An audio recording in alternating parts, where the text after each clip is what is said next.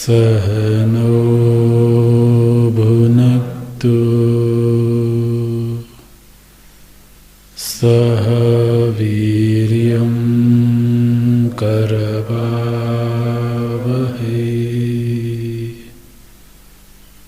तेजस्विनावधीतमस्तु मा विद्विषावहै।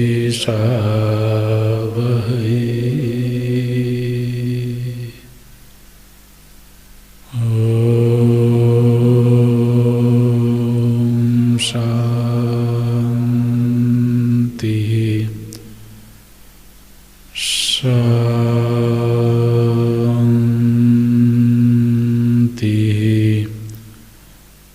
शान्ति।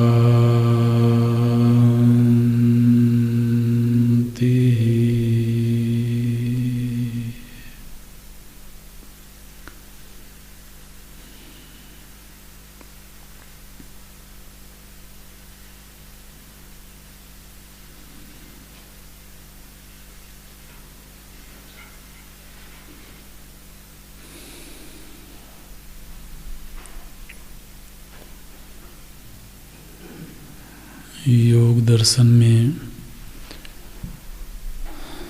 चित्त के स्वभाव का विस्तृत चिंतन किया गया है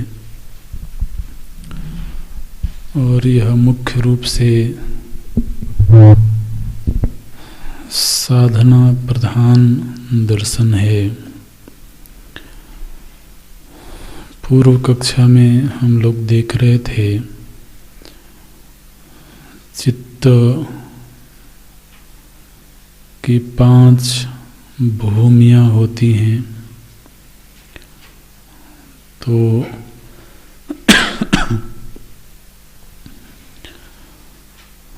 उनमें से क्षिप्त, मूढ़, विक्षिप्त, एकाग्र और निरुद्ध, ये 5 चित्त भूमि हैं।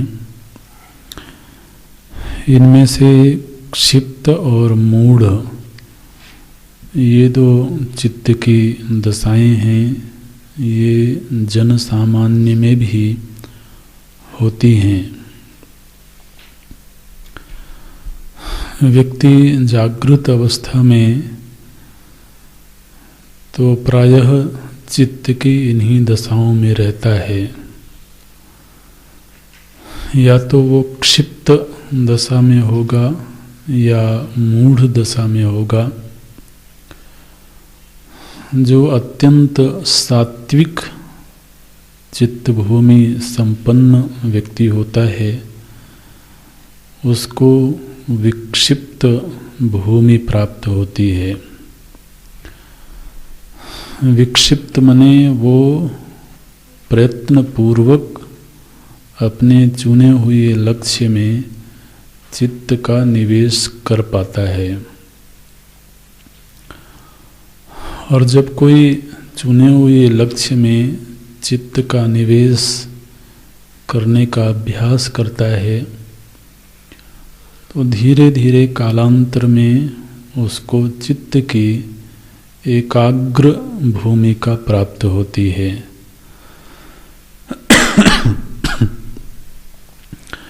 एकाग्र मने अब उसके लिए चित्त के सामने एक ही विषय होता है, एक एव अग्रे इति एकाग्रह। तो मानो कि उसने ईश्वर तत्व को अपने चिंतन का विषय चुना, तो अब केवल ईश्वर ही उसके चिंतन का विषय बनता है। तद व्यतिरिक्त अन्य किसी भी विषय में चित्त जाता नहीं है। ईश्वर संबंधी विचार अनेक हो सकते हैं, लेकिन उनमें जो मूल विषय है ईश्वर तत्व, उससे वो च्युत नहीं होता है, उस मूल विषय से वो नहीं हटता है। ईश्वर तत्व के विविध आयाम होंगे तो उन विविध आयामों पर चिंतन करेगा वो, लेकिन मुख्य चिंतनीय विषय ईश्वर ही होगा। इसको एकाग्र भूमि बोलते हैं। और फिर उसमें एकाग्रता और सूक्ष्म होती जाती है। ईश्वर में फिर वह केवल उसके सगुण रूप का चिंतन करता है, केवल निर्गुण तत्व का चिंतन करता है, तो फिर एकाग्रता और सूक्ष्म हो जाएगी। तो इस तरह से यह जो एकाग्र भूमि है, इसके फिर 4 विभाग हो जाते हैं। योग दर्शन में इस एकाग्र भूमि को ही एक प्रकार की समाधि माना गया। तो योग दर्शन का जो मुख्य लक्ष्य है समाधि सिद्धि, समाधि की प्राप्ति, उस समाधि के 2 स्तर हैं। पहले को बोलते हैं संप्रज्ञात समाधि और दूसरी असंप्रज्ञात समाधि। तो ये जो चित्त की एकाग्र भूमि है, यही संप्रज्ञात समाधि है। ये बात ध्यान में रखना है। तो योग में जो ये शब्द है संप्रज्ञात, वेदांत में और अन्य दर्शनों में कहीं कहीं पर इसी को शब्दांतर करके बोला जाता है सविकल्प। तो जिसको हमने वेदांत में सविकल्प समाधि के रूप में पढ़ा है, उसी का शब्दांतर है योग में संप्रज्ञात। संप्रज्ञात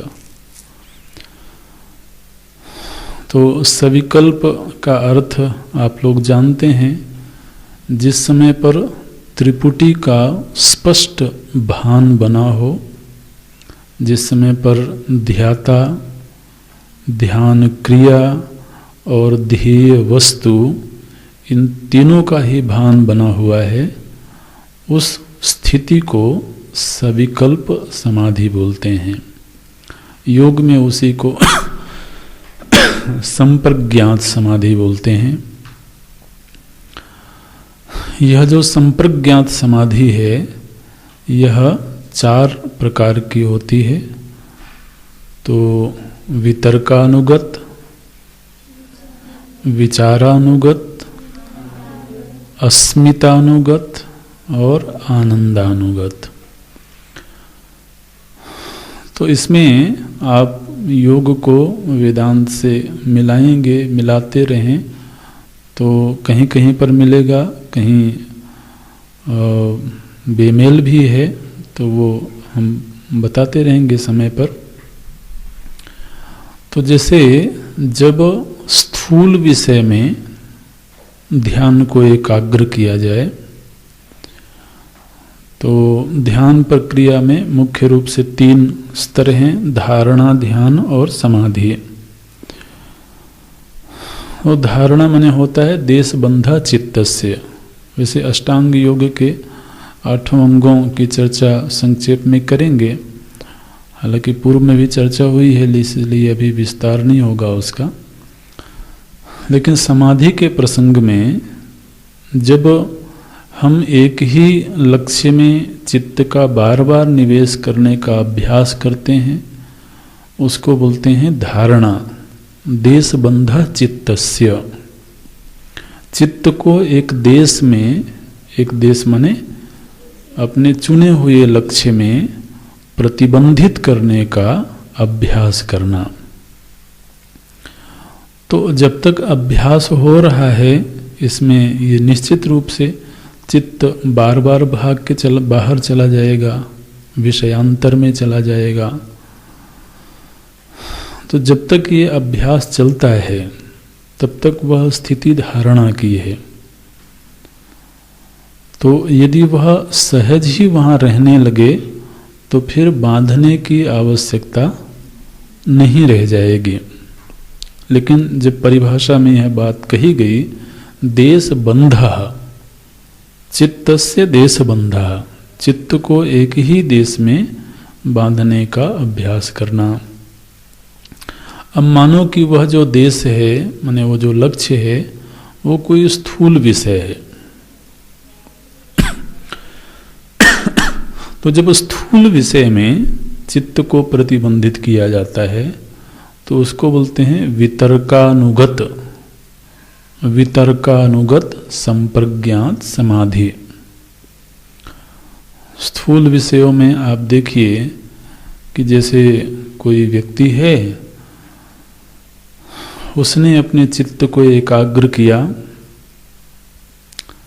कि पेड़ से सेव गिरा। अब पेड़ से सेव टूटा और टूट करके गिरा, नीचे गिरा।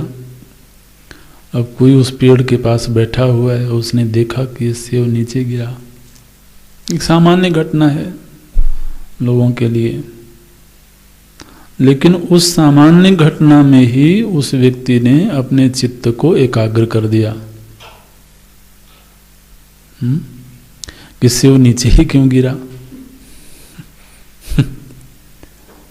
भाई पेड़ से टूटा हो तो ठीक है, ऊपर भी जा सकता था। तो घटना छोटी सी है, स्थूल घटना है, बाहर घटती हुई दिख रही है, लेकिन उस स्थूल घटना पर उसने अपने चित्त को सन्निविष्ट किया, एकाग्र किया, और तत्सदृश अन्य घटनाओं को फिर उसने उससे जोड़ा कि ऐसा क्यों होता है। तो जब स्थूल विषय में अब समाधि का अभ्यास किया गया, समाधि मतलब सम्यक प्रकारेण आधीयते, अपने चित्त को अच्छी तरह से वहां लगा देना, सन्निविष्ट कर देना, उस समाधि का परिणाम क्या हुआ? एक सत्य उसके सामने प्रकट हो गया, एक रहस्य उसके सामने खुल गया।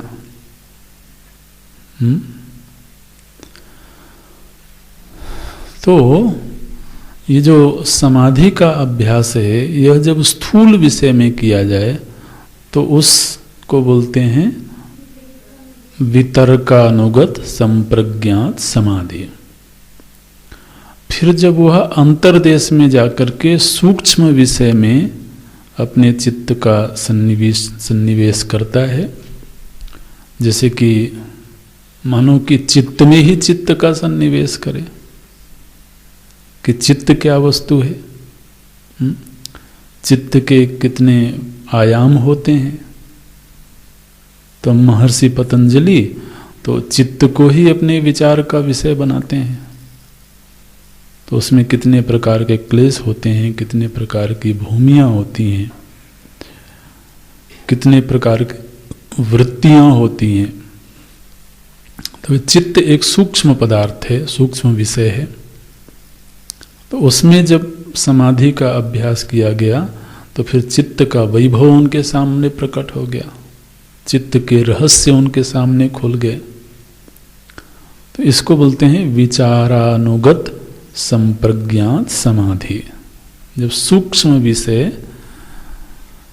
में चित्त का सन्निवेश किया जाता है तब वह जो अभ्यास है उसको बोलते हैं विचारानुगत संप्रज्ञात समाधि। फिर सूक्ष्म से सूक्ष्मतम है अपना अस्तित्व, मैं। ये जो अस्मि वृत्ति है, अस्मि भाव है, अहम अस्मि, इस अहम को ही जब ध्यान का विषय बनाया जाता है कि अहम क्या वस्तु है, तो आप देखिए, तो भगवान रमण महर्षि इस अहम तत्व को अपने चिंतन का विषय बनाते हैं। ये अहम क्या वस्तु है? तो पहले तो निर्णय आया कि ये जो इदम वृत्ति है ये अहम पर आश्रित है, अहम स्वयं एक वृत्ति है। और फिर चिंतन करते करते वो अहम परमार्थ अहम में जाकर के तो निर्णीत होता है। अहम नाश भाजी अहम अहम तया स्फुरति हृत स्वयं परम पूर्ण सत। ऐसे तो जब अस्मि भाव को ही अपने ध्यान का विषय बना करके उसी में ध्यान को केंद्रित किया जाता है, ध्यान रखें वहाँ पर त्रिपुटी बनी हुई है।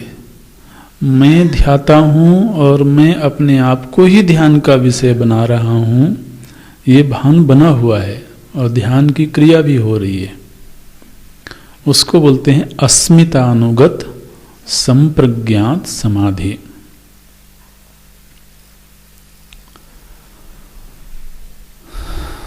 और जब ये अस्मिता को ही ध्यान का विषय बना करके दीर्घ काल तक ध्यानाभ्यास होता है, तो फिर उसमें महाराज रस मिलने लगता है, उसमें आनंद आने लगता है। ध्यान क्रिया में ही आनंद आने लगता है। अस्मि को ही ध्यान का विषय बना करके उसमें ध्यान का अभ्यास करें, दीर्घ काल तक अभ्यास करते रहने से उसमें एक प्रकार का रस प्रकट होता है।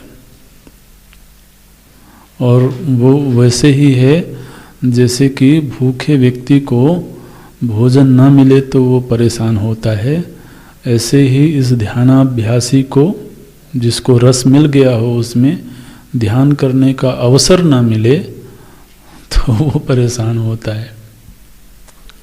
तो ध्यान में जो रस मिला, जो आनंद मिला, उस आनंद को ही ध्यान का विषय बना लिया। उसको बोलते हैं आनंदानुगत संप्रज्ञात समाधि। ये है आनंदानुगत संप्रज्ञात समाधि।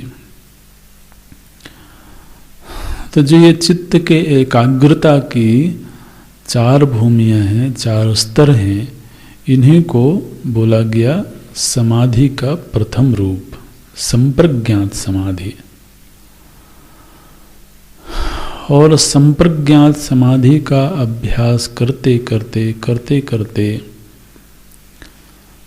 कालांतर में उसको एक विवेक की प्राप्ति होती है।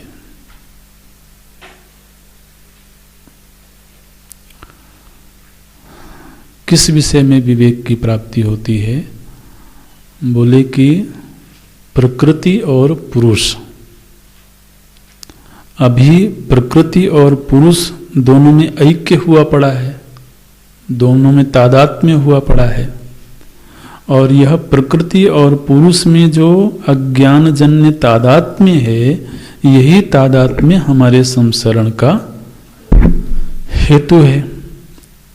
तो अब जब संप्रज्ञात समाधि का अभ्यास हो रहा है, तो उस संप्रज्ञात समाधि का अभ्यास करते करते ही उसको एक विवेक की प्राप्ति होती है। उस स्थिति को बोलते हैं विवेक ख्याति। योग दर्शन का अपना शब्द है विवेक ख्याति। ख्याति का अर्थ होता है निर्णय, निष्पत्ति।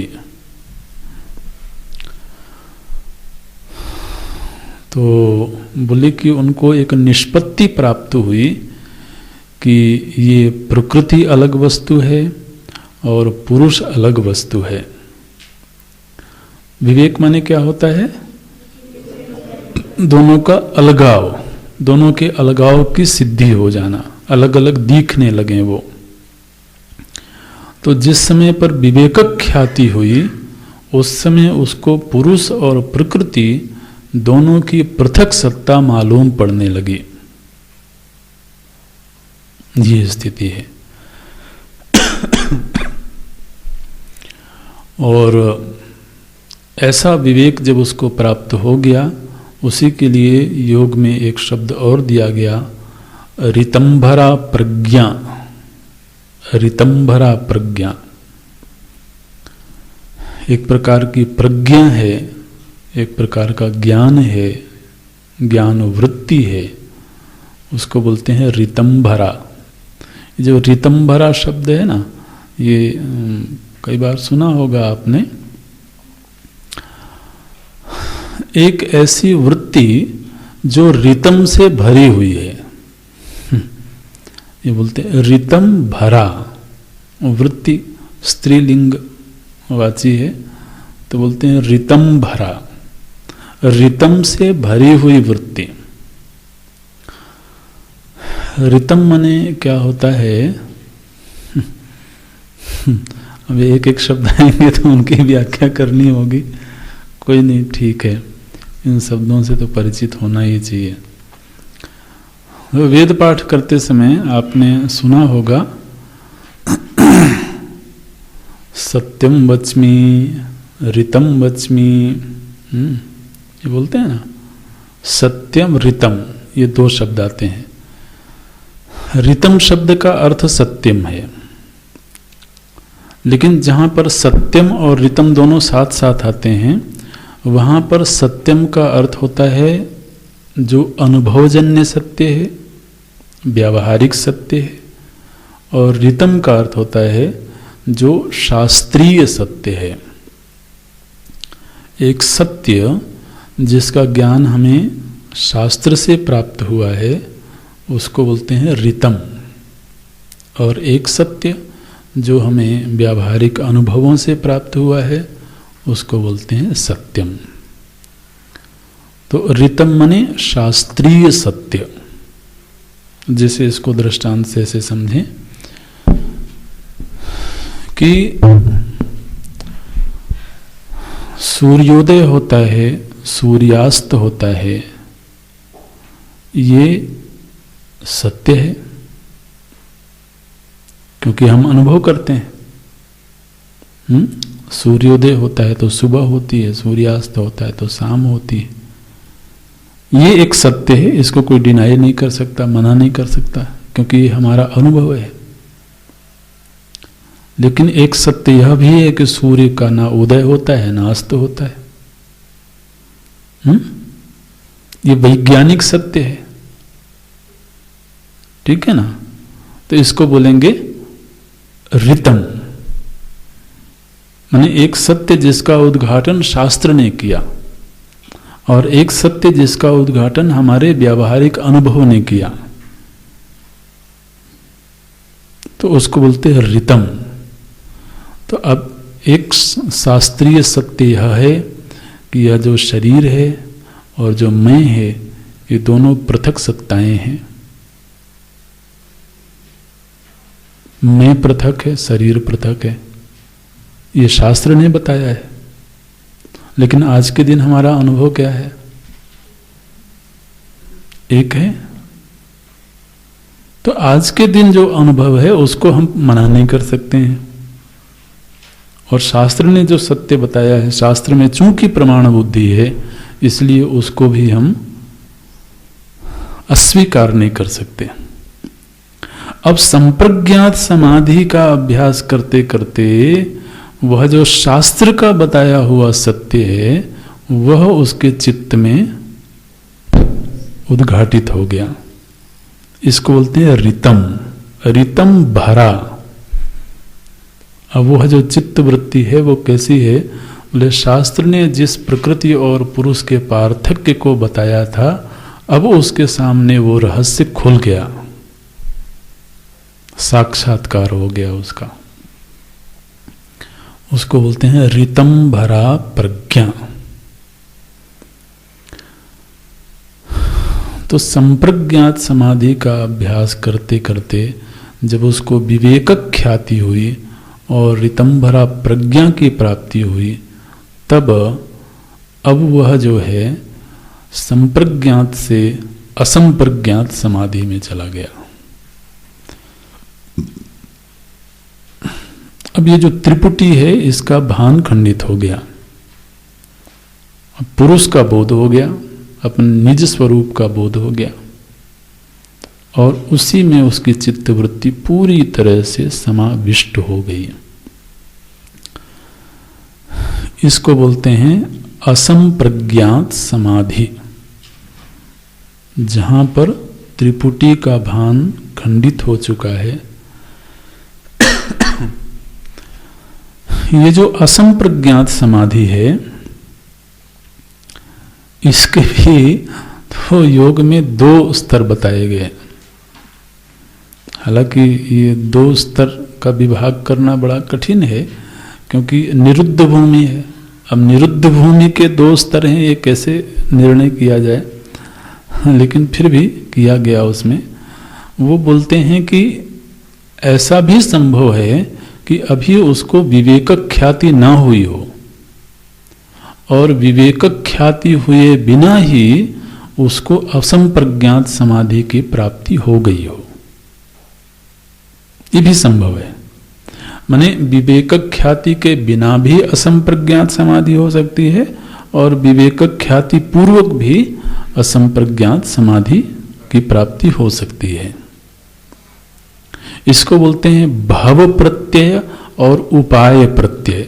ये 2 विभाग यहाँ पर फिर नामकरण किया गया, भव प्रत्यय और उपाय प्रत्यय। एक में तो विवेक ख्याति रहित निरुद्ध भूमि प्राप्त हुई है।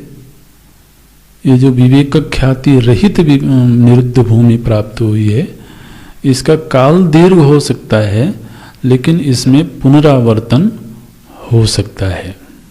दीर्घ काल के लिए वो असंप्रज्ञात समाधि में चले गए, लेकिन लौटे तो पुनः वो उसी देह भाव में आ गए।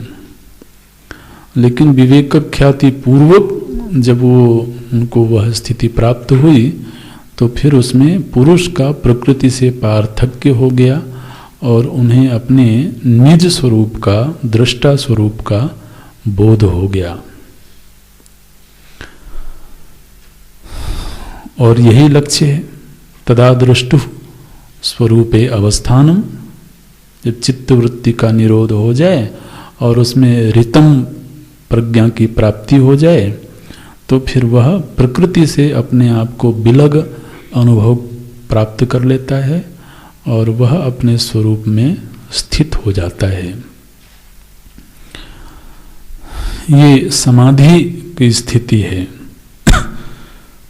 उसका फिर पुनर्जन्मादि नहीं होता है, ये उन्होंने कहा। इस स्थिति में पुरुष नित्य है, सत्स्वरूप है, चेतन है, लेकिन आनंद की स्थिति नहीं है वहां पर, ऐसा उन्होंने माना। केवल चेतन स्वरूप है, अपने सच्चित स्वरूप में वह प्रतिष्ठित हो जाता है। इसी को कैवल्य भाव की प्राप्ति बोलते हैं। कैवल्य शब्द का प्रयोग योग दर्शन में भी किया गया है। तो बोलते हैं केवली भाव को, अपने कैवल्य भाव को वह प्राप्त हो जाता है। केवल माने प्रकृति से अपने आप को पृथक अनुभव कर लेना, ये उद्देश्य है योग दर्शन का। तो एक ये विषय हो गया, मोक्ष संबंधी, तत्व संबंधी चर्चा पूर्व में हुई थी। सांख्य दर्शन ने जिन 25 तत्वों को स्वीकार किया है, योग दर्शन बिल्कुल उनको उसी रूप में स्वीकार करता है। लेकिन साथ ही योग दर्शन में एक पुरुष विशेष की स्वीकृति की गई, और वह जो पुरुष विशेष है, ध्यान रखना है कि प्रकृति और पुरुष से भिन्न कोई ईश्वर तत्व नहीं है। जैसे मूल तत्व क्या माने गए? प्रकृति, पुरुष। तो जो ईश्वर है वह इन दो से भिन्न कोई तीसरी सत्ता है, ऐसा नहीं, बल्कि प्रकृति और पुरुष में से जो पुरुष हैं, उन पुरुषों में ही एक पुरुष ऐसा है जो दूसरों से भिन्न है, लेकिन है वो भी पुरुष ही, लेकिन थोड़ा उसमें वैशिष्ट्य है। पुरुष विशेष, ये शब्द आया, पुरुष विशेष ईश्वर। पुरुष विशेष क्या है? उसमें दूसरों से वैशिष्ट्य क्या है, दूसरों से भिन्नता क्या है? तो बोलते हैं क्लेश कर्म विपाक आशयैहि अपरामृष्टः पुरुष विशेषः ईश्वरः। वह एक विशेष पुरुष है जिसमें 4 चीजों का अभाव है।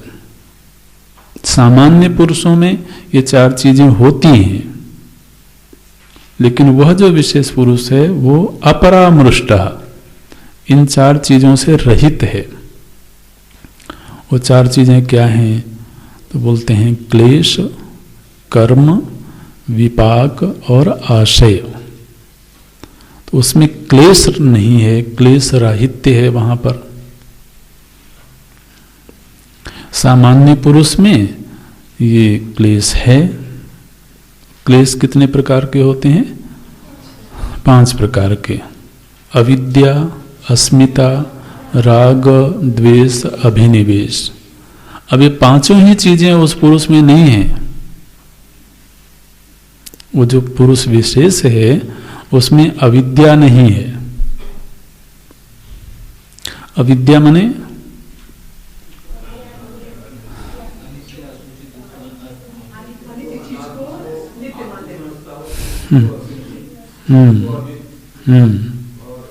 अनित्य अशुचि दुखानात्मसु नित्य शुचि सुख आत्मा ख्याति, इसको अविद्या कहते हैं योग दर्शन में।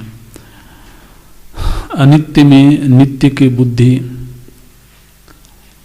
अब ये जो अविद्या है, योग भगवान पतंजलि बोलते हैं कि ईश्वर में नहीं है और तुम में है। यही बोला गया ना कि जीव में है इसीलिए वो जीव है वो भी पुरुष ही, लेकिन वो पुरुष विशेष नहीं है, क्योंकि उसमें चीज है, अविद्या है। अनित्य में नित्य बुद्धि। अब देखो महाराज, ये शरीर है तो अनित्य, लेकिन बिल्कुल नित्य बुद्धि बनी हुई है।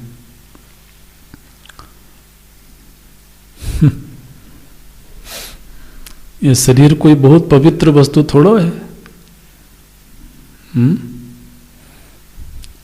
दुनिया में सारी गंदगी ही इसी से आती है। बाकी प्रकृति में और क्या है? प्रकृति तो अपने आप में शुद्ध ही है, तो वो शुचि नहीं है, लेकिन बिल्कुल परम पवित्र यही है। इसका मतलब ये नहीं कह रहे हैं कि पवित्रता का अभ्यास नहीं करना चाहिए कि अब तो अपवित्र ही है तो छोड़ो, जैसा है वैसे रहने दो। आप देखो, वृक्ष को नहलाना नहीं पड़ता है,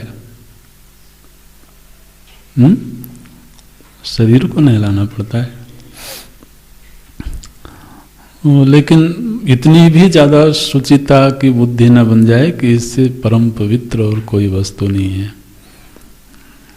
कल कोई बता रहा था कितने लाख करोड़ तो खर्च होते हैं केवल इसको संभालने, इसकी डेंटिंग पेंटिंग करने में।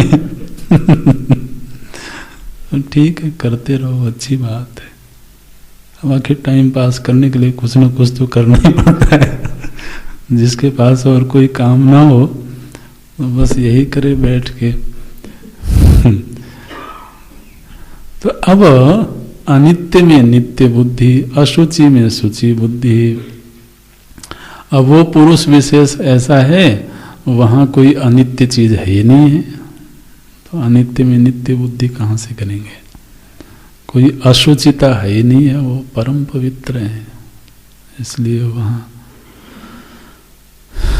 दुख में सुख बुद्धि, ये हम लोगों का चलता रहता है।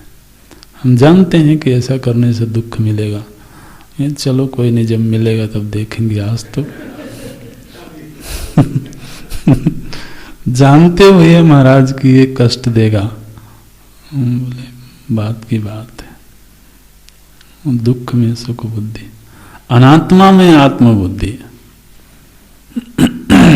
ये अविद्या फिर उससे जन्म लेती है अस्मिता। अनात्मा में आत्मबुद्धि हुई तो फिर वैयक्तिकता खड़ी हो गई। इस वैयक्तिकता को ही अस्मिता बोलते हैं। फिर कुछ अनुकूल चीजें हैं, उनसे राग पैदा हो गया, कुछ प्रतिकूल चीजें उनसे द्वेष पैदा हो गया। और पांचवा है अभिनिवेश, मृत्यु भय। इसका अर्थ किया जाता है मुख्य रूप से मृत्यु भय। अभिनिवेश माने तो मृत्यु भय क्यों होता है? क्योंकि इस मरण धर्मा शरीर से घनिष्ठ तादात्म्य है, इसलिए शरीर तो मरण धर्मा है, इसकी तो मृत्यु होगी ही। तो इसलिए फिर व्यक्ति को निरंतर ही मृत्यु भय लगा रहता है। ये जो पांचों क्लेश हैं वो उस पुरुष विशेष में नहीं है। क्लेश अपरामृष्ट। फिर दूसरा है कर्म अपरामृष्ट, कर्म रहित है, वो कुछ करते ही नहीं है महाराज, तो कर्म का लेप कहाँ से होगा? बिल्कुल कुछ नहीं करते हो। आपको बताएं गीता जी में प्रभु जी ने बिल्कुल अर्जुन के सामने हाथ खड़े कर दिए, बोले मैं कुछ नहीं करता हूं, न कर्तृत्वम न कर्माणि लोकस्य सृजति प्रभो। बोले मुझको मत पकड़ना। विराट रूप दिखाया और सारी घटना उनके उस विराट रूप में हो रही है, ये दिखाया उन्होंने। बिल्कुल, यहां तक कि महाभारत युद्ध भी हो गया, अभी शुरू नहीं हुआ है, और वहां महाराज युद्ध हो गया, सब निपट भी गए, काम पूरा हो गया। फिर बोलते हैं न कर्तृत्व न कर्माणि, मैं कुछ करता ही नहीं हूं। ऐसे न कर्म फल संयोगम, मैं किसी के कर्म फल को देने वाला नहीं हूं, मुझको मत पकड़ना। अज्ञानेन आवृतम ज्ञानम तेन मुह्यन्ति जंतु। बोले जो जंतु लोग हैं, हमको जंतु बोल दिया उन्होंने। बोले जो जंतु हैं अज्ञान से मोहित हैं, इनका ज्ञान ढका हुआ है और उसी में अपना रचे बसे रहते हैं। तो तात्विक रूप से वो अकर्ता है ना। कर्म तो तब होता है जब कर्तृत्व पूर्वक क्रिया की जाए, वहां कर्तृत्व बोध नहीं है, इसलिए फिर क्रिया कितनी ही बड़ी हो रही हो उसमें कर्म का लेप नहीं होता है। तो कर्म राहित्य है, क्लेश राहित्य है, कर्म राहित्य है, और चूंकि कर्म ही नहीं हुआ है इसलिए कर्म फल का बंधन भी नहीं है।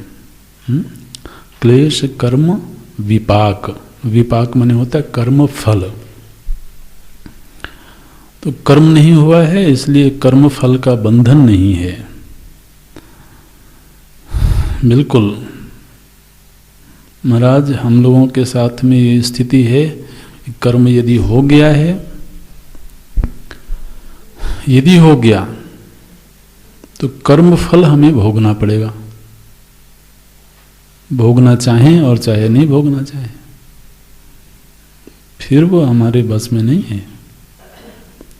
वो कर्म फल तो अगर बहुत पुण्य कर्म किया है और स्वर्ग जाने की इच्छा नहीं है, तब भी जाना पड़ेगा। बोले नहीं नहीं, तुमने 5 स्टार होटल बुक करवाया था, पैसा तुमने पहले से डिपॉजिट किया हुआ है। बोले डिपॉजिट किया है तो कोई बात नहीं, रहने दो उसको। नहीं नहीं, अब तो तुमको वहां जाना पड़ेगा। अरे नहीं भाई, अभी मेरा मूड नहीं है। बोले तुम्हारे मूड की कौन परवाह करता है। अब तो तुम्हें वो सुख भोगना पड़ेगा। ऐसे तो कई बार वो सुख भोगने की इच्छा नहीं भी होती है, लेकिन अब क्या करें, दुख की तो चलो नहीं होती हो तो ठीक ही है। लेकिन सुख की भी नहीं हो। इसलिए शास्त्रों में कहा गया कि व्यक्ति को पाप भी बांधता है और पुण्य भी बांधता है, बंधन दोनों में है। ये तो दिक्कत है। तो फिर विपाक भी आता है हमारे जीवन में, वो विपाक से रहित है। क्लेश कर्म विपाक आशय ही। आशय का मुख्य अर्थ होता है वैसे तो चित्त भूमि, क्योंकि इस चित्त भूमि में ही तो कर्म का उदय होता है, अपूर्व का उदय होता है, और वहीं पर वह अपूर्व संचित रहता है। तो चित्त भूमि है मुख्य रूप से, उसी में कर्तृत्व है, उसी में भोक्तृत्व है। लेकिन कुछ आचार्यों ने आशय का अर्थ किया वासना। तो असल में चित्त में भी वासना ही रहती है मुख्य रूप से। तो बोलते हैं कि विविध प्रकार की वासनाएं हमारे चित्त में हैं, वो वासनाएं ही कर्म में प्रवृत्त करती हैं, वासनाएं ही भोगों में प्रवृत्त करती हैं। इसलिए वहाँ पर वासना राहित्य भी है। पुरुष विशेष कौन है? बोले जिसमें किसी प्रकार की वासना नहीं है, ये बोलते हैं। ऐसा जो पुरुष विशेष है वह ईश्वर है। तत्र निरतिशय सर्वज्ञत्व बीजम, एक सूत्र आया योग दर्शन में। बोले वह जो पुरुष विशेष है उसकी भूमिका क्या है सृष्टि के संदर्भ में? तो बोले कि वह सतु पूर्वेशाम अपि गुरु कालेन अनवच्छेदात्। बोलते हैं जिस समय पर सभी जीव अपने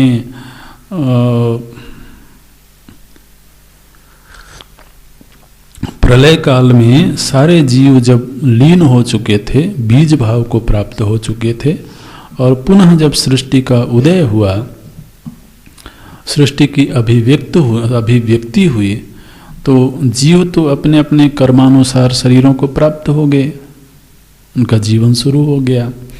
लेकिन जीवों के उद्धार के लिए जो योग विद्या थी पूर्व कल्प में, जो ब्रह्म विद्या थी पूर्व कल्प में, उसका भी लोप हुआ था।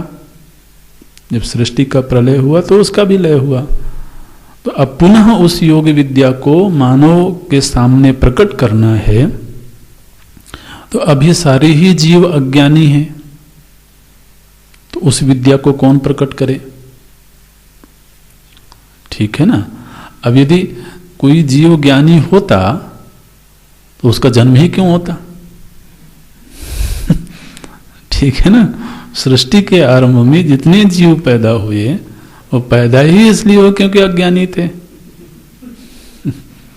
तो समस्त अज्ञानी जीव पैदा हुए हैं। अब ये ज्ञान की धारा कहां से शुरू हो? तो वो जो पुरुष विशेष है जिसका सृष्टि में लय भी नहीं हुआ था, वो जो पुरुष विशेष है उसके माध्यम से विद्या का आरंभ हुआ। उन्होंने किसी बहुत योग्य जीव को, बहुत निर्मल अंतःकरण वाले जीव को तो निमित्त बना करके उस योग विद्या का उपदेश करता है। तो सतु पूर्वेशाम अपि गुरु, पूर्व पूर्व के जो आचार्य हुए हैं उनका भी जो गुरु है वो ईश्वर है, वो पुरुष विशेष है। कालेन अनवच्छेदा, तो उसमें काल का कोई प्रभाव नहीं है। अब देखिए इसी बात को भगवान बोलते हैं, कैसे बोलते हैं? इमं विवस्वते योगम, हाँ बोलिए बोलिए।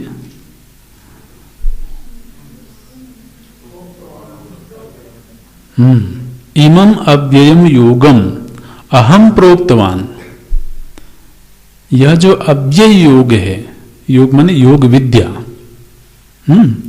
अव्ययम योगम प्रोक्तवान, माने वो ये कह रहे हैं कि सृष्टि में जाकर के भी इस विद्या का नाश नहीं हुआ है, ये अव्यय रूप में थी, लेकिन इसको बोलने के लिए कोई उपलब्ध नहीं था, तो अहम प्रोक्तवान, मैंने बोला।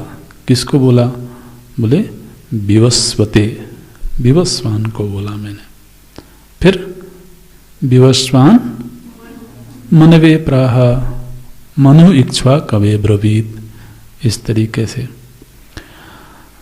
तो भगवान बोलते हैं कि आरंभ में, बिल्कुल सृष्टि के आरंभ में इस योग विद्या को सबसे पहले मैंने प्रदान किया। कहीं पर पुराणों में आता है, जैसे भागवत जी में उन्होंने ब्रह्मा जी को प्रदान किया है ना, कहीं प्रसंग आता है नारद जी को प्रदान किया, इस तरीके से। सकाले नेह महता योगो नष्ट परम तप, तो वह जो योग था जो शुरू में मैं बिल्कुल मैंने प्रदान किया था, लेकिन सृष्टि के प्रवाह में, इस परिवर्तनशील सृष्टि के प्रवाह में वह योग विद्या पुनः पुनः लुप्त हो जाती है, छिप जाती है। स एवायम मया त्यज्य योग प्रोक्तः पुरातना, हे अर्जुन वही विद्या जो मैंने आरंभ में दी थी आज पुनः तुमको प्रदान की है मैंने। पुरातना, ये विद्या पुरातन है, कोई नई चीज नहीं है। तो जो पुरुष विशेष है वह योग विद्या के प्रथम आचार्य के रूप में इस सृष्टि में उनकी भूमिका है। उस ईश्वर का जो वाचन है वो प्रणव के माध्यम से किया जाता है। तस्य वाचकः प्रणवः, प्रणव उसका वाचक है, उसका अभिधान है ना। तस्य वाचकः प्रणवः, इस प्रणव का जप करने से और प्रणवार्थ का ध्यान करने से भी तो समाधि की प्राप्ति होती है। तज्जपः तदर्थ भावनम, ये योग दर्शन के मंत्र हैं ये सारे। फिर जो ऐसा ईश्वर है जो पुरुष विशेष है ईश्वर, इसकी शरणागति लेने से, इनके प्रति शरणापन्न होने से तो व्यक्ति को समाधि की सिद्धि प्राप्त होती है।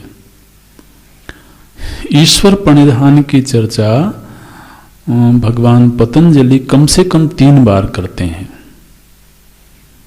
एक बार यम नियम के प्रसंग में करते हैं, जहां पर बोलते हैं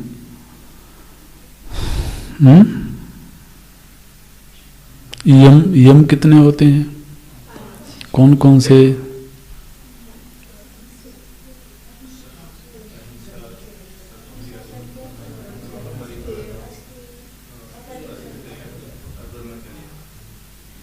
सत्य, अहिंसा, अस्तेय, अपरिग्रह, ब्रह्मचर्य। अच्छा, फिर नियम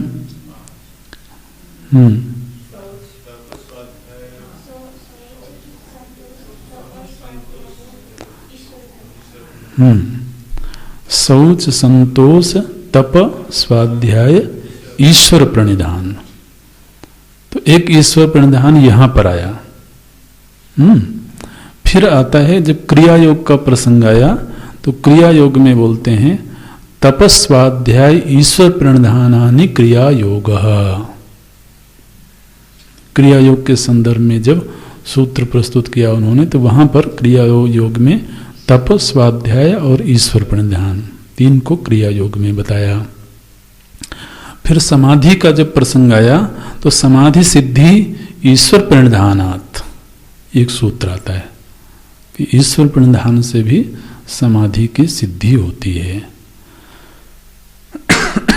तो ऐसा जो विशेष पुरुष है, ईश्वर है, ध्यान रखें योग दर्शन में भी ये जो ईश्वर है ये कोई शरीरधारी नहीं है, कोई व्यक्ति के रूप में नहीं है। पुरुष जब कहते हैं तो पुरुष से कहीं ये भाव नहीं लेना है कि वो हमारे आपकी ही तरह से कोई व्यक्ति है, कोई मनुष्य शरीरधारी व्यक्ति है, ऐसा नहीं है। तो ये शरीर तो पंचभूतों का कार्य है। ये जो पुरुष, सामान्य पुरुष है, ये भी शरीरधारी कहाँ है? तो शरीर से अज्ञानजन्य तादात्म्य है, अविद्याजन्य तादात्म्य है। तो वहाँ जब अविद्या है ही नहीं तो फिर शरीर, किसी भी शरीर से तादात्म्य क्यों होगा?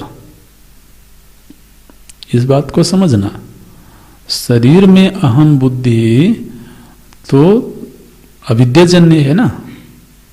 तो यदि कहीं अविद्या नहीं है तो शरीर से तादात्म्य का प्रश्न कहाँ है? ऐसे तो ये जो एक ईश्वर तत्व है, पुरुष विशेष है, इसको योग दर्शन में 26वां पदार्थ माना गया।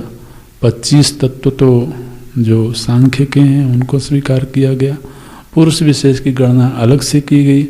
हालांकि जब तत्व चिंतन होगा केवल पुरुष और प्रकृति के संदर्भ में, उसमें अलग से गणना नहीं की जाएगी। लेकिन जब सृष्टि का प्रसंग होगा तो उसमें जब 25 विभाग हो गए तो फिर 6वां ईश्वर को माना गया। तो इसलिए योग दर्शन को शेश्वर सांख्य दर्शन भी बोलते हैं, क्योंकि सांख्य के सारे निर्णयों को योग में स्वीकार किया गया और केवल ईश्वर तत्व को पृथक से माना गया, इसलिए शेश्वर सांख्य बोलते हैं। अब इसमें जो साधन पक्ष है, चूंकि जैसे कि पूर्व में ही कहा गया साधन पक्ष पर काफी जोर रहा है इनका, इसमें इन्होंने एक विशेष बात बताई। बोले कि जब कोई व्यक्ति योग का अभ्यास करता है, यानी चित्त को किसी चुने हुए विषय में एकाग्र करने का अभ्यास करता है, तो चित्त में पूर्व से अर्जित बहुत तरह के दोष हैं। यह जो चित्त है यह मलिन है। तो इस चित्त की शुद्धि के लिए ध्यान देना, चित्त की शुद्धि के लिए, ताकि वह शुद्ध चित्त ऋतंभरा प्रज्ञा प्राप्त करके, पुरुष ख्याति प्राप्त करके तो असंप्रज्ञात समाधि में जा सके, उसके लिए जो निर्मल चित्त चाहिए, उसके निर्मलीकरण के लिए अष्टांग योग की आवश्यकता है। तो ये जो योग के 8 अंग हैं, ये 8 अंग चित्त का प्रक्षालन करने के लिए, चित्त शुद्धि के लिए इनकी भूमिका है, ऐसे बोलते हैं। इसमें सूत्र आता है योगांगानुष्ठानाद अशुद्धिक क्षये। योग के अंगों का अनुष्ठान करने से क्या होता है? बोले अशुद्धि का क्षय हो जाता है और अशुद्धि का क्षय होने से ज्ञान दीप्ति ही, जो ज्ञान का प्रकाश है वो उस चित्त में प्रकट हो जाता है और फिर विवेक ख्याति की प्राप्ति होती है। तो अशुद्धि का क्षय करने के लिए अष्टांग योग की आवश्यकता है। यम, नियम, आसन, प्राणायाम, प्रत्याहार, धारणा, ध्यान, समाधि, ये हैं। तो जिनमें से यम, नियम, आसन, प्राणायाम, प्रत्याहार, ये जो 5 अंग हैं ये बहिरंग हैं। धारणा, ध्यान, समाधि ये अंतरंग हैं। ऐसे तो बहिरंग अंतरंग करके दो विभाग कर सकते हैं। तो ये अष्टांग जो अंग हैं इनका चिंतन पूर्व में हुआ है, कई बार हुआ है, इसलिए इस पर अभी ज़्यादा समय नहीं देंगे। लेकिन इसका प्रयोजन क्या है वो हमें ध्यान में रखना है। अष्टांग योग का अभ्यास किए बिना चित्त शुद्धि नहीं होगी, और चित्त शुद्धि के बिना विवेक ख्याति नहीं होगी, और विवेक ख्याति के बिना स्वरूप में प्रतिष्ठा नहीं होगी। इस तो जो उपाय उपेय संबंध है ये ज्ञान हमको रहना चाहिए। अब इसमें चित्त शुद्धि के क्रम में जो योग दर्शन में कुछ यूनिक चीज़ें हैं, अपूर्व चीज़ें हैं, उसमें उन्होंने कहा कि जब चित्त शुद्धि होती है, चित्त शुद्धि का मतलब क्या है, जब चित्त में सत्वगुण की मात्रा बढ़ने लगे। चित्त शुद्धि का इतना ही तात्पर्य है, क्योंकि जो चित्त है वो बना तो त्रिगुणों से ही है, तो त्रिगुण तो उसमें होंगे ही होंगे।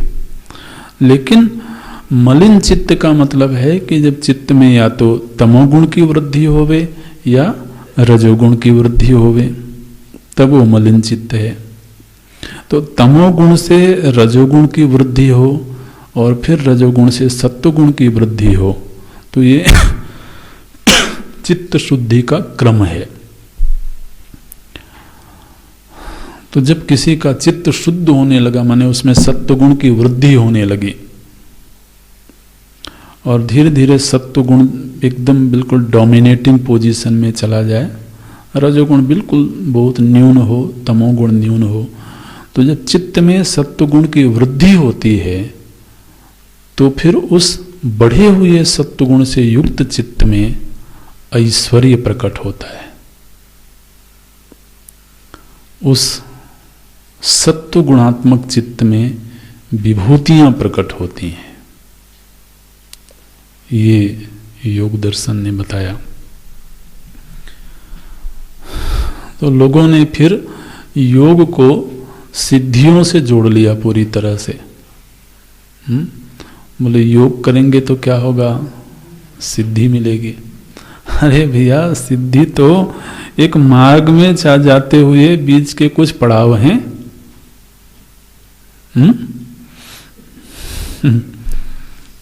ये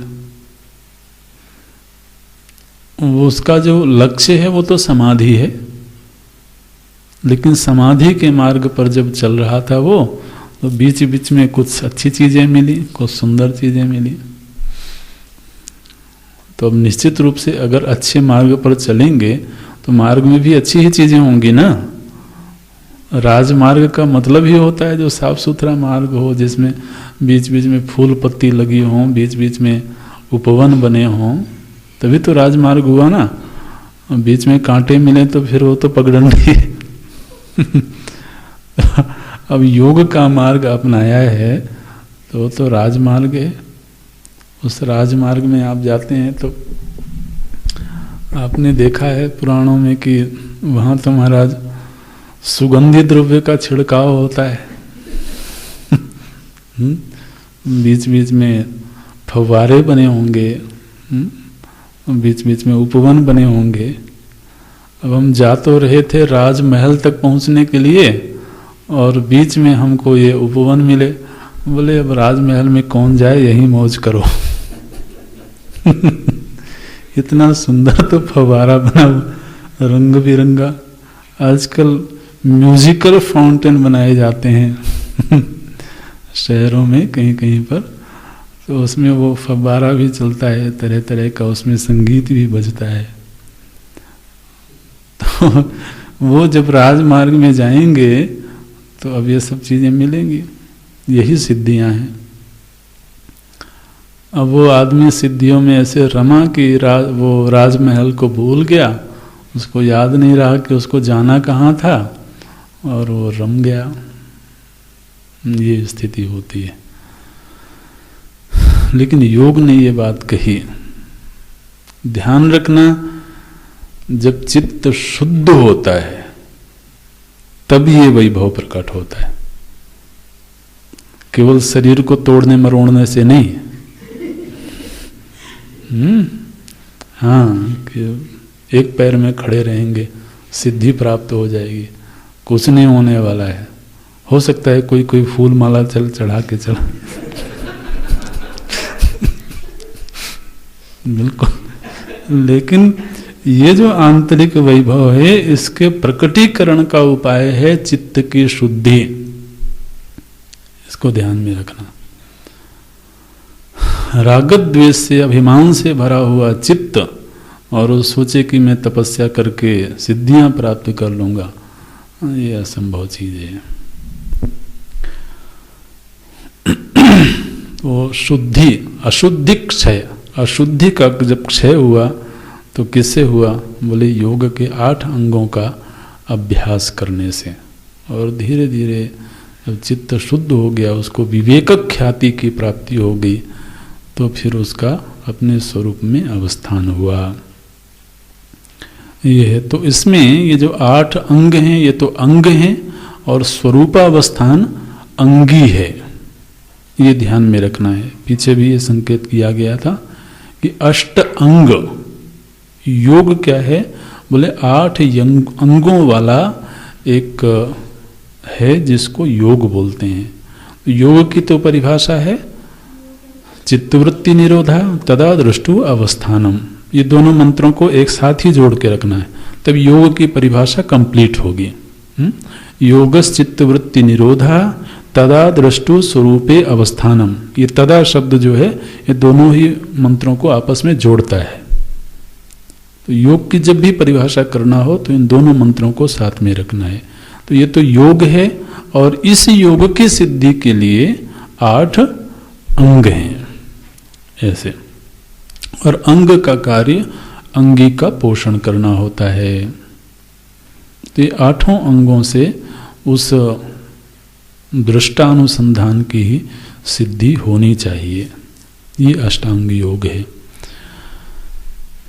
इसमें जब सिद्धियों का प्रकरण आया, तो सिद्धि के प्रकरण में 2 बार सिद्धि का प्रकरण आया।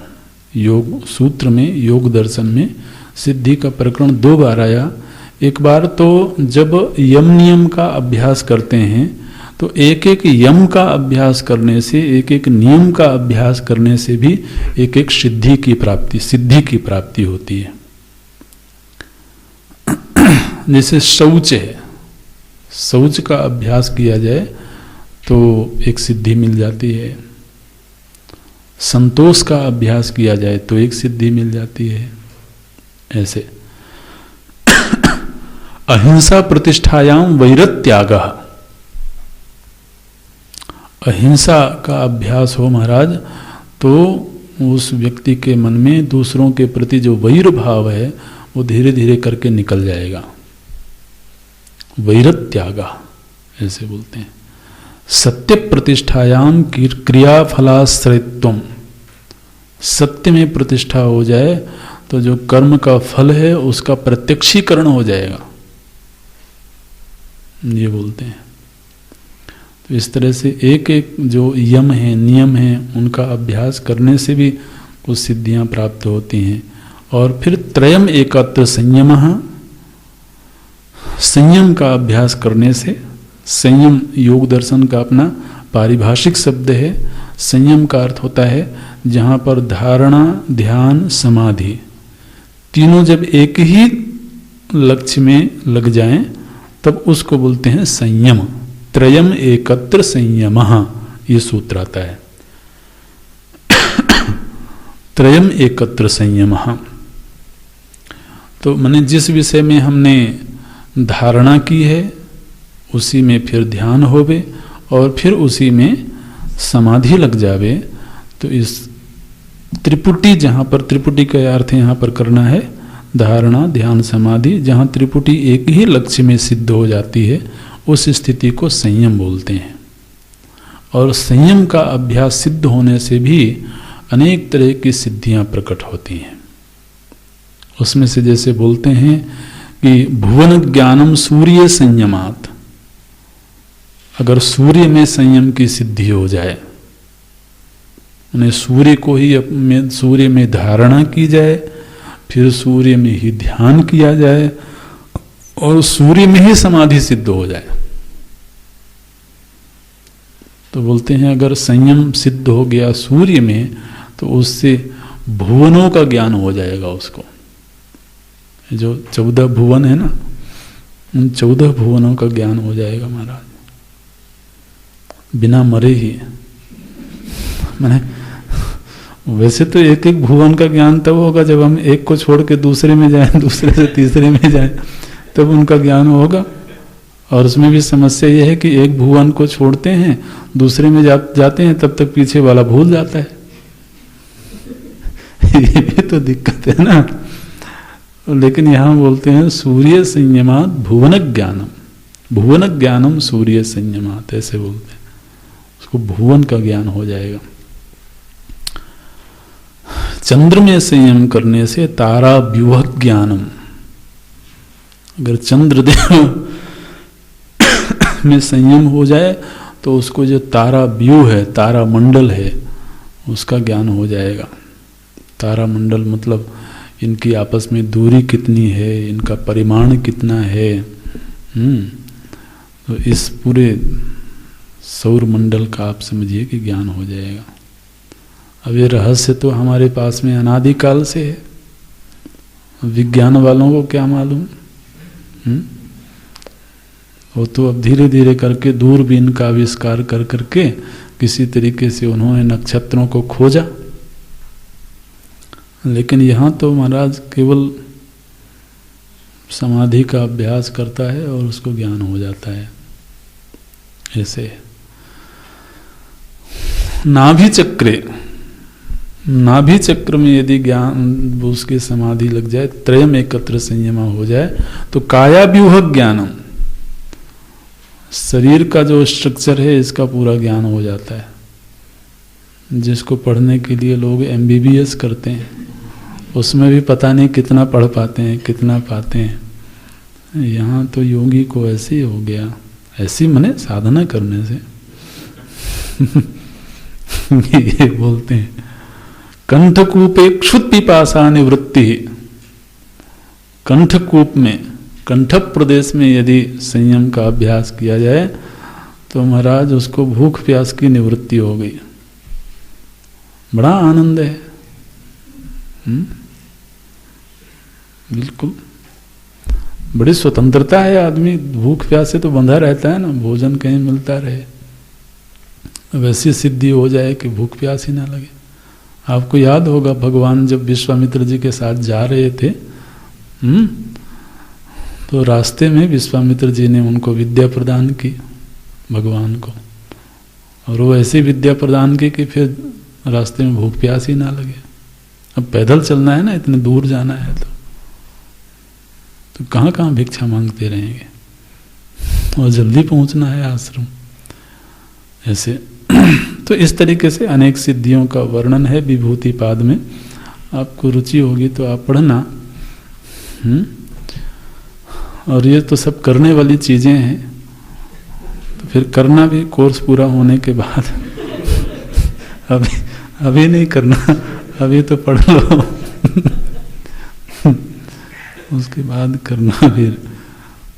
तो ये विभूति पाद में विशेष रूप से इन सिद्धियों का वर्णन किया गया। लेकिन ध्यान रखना है, जो योगी है उसका लक्ष्य सिद्धियों की प्राप्ति नहीं है, वो तो बीच में मिली हुई चीजें हैं, मिलेंगी ही। वो चाहेगा तब भी मिलेंगी, नहीं चाहेगा तब भी मिलेंगी। उसका लक्ष्य तो है अपने स्वरूप में अवस्थित होना, यही मोक्ष है।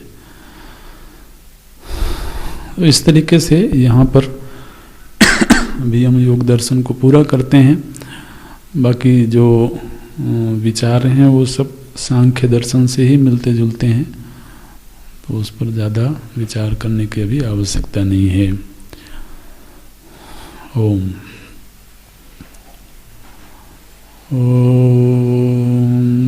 पूर्णमदः पूर्णमिदं पूर्णात् पूर्णमुदच्यते पूर्णस्य पूर्णमादाय पूर्णमेवावशिष्यते।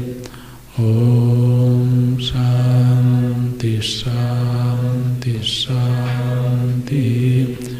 हरि ओम। श्री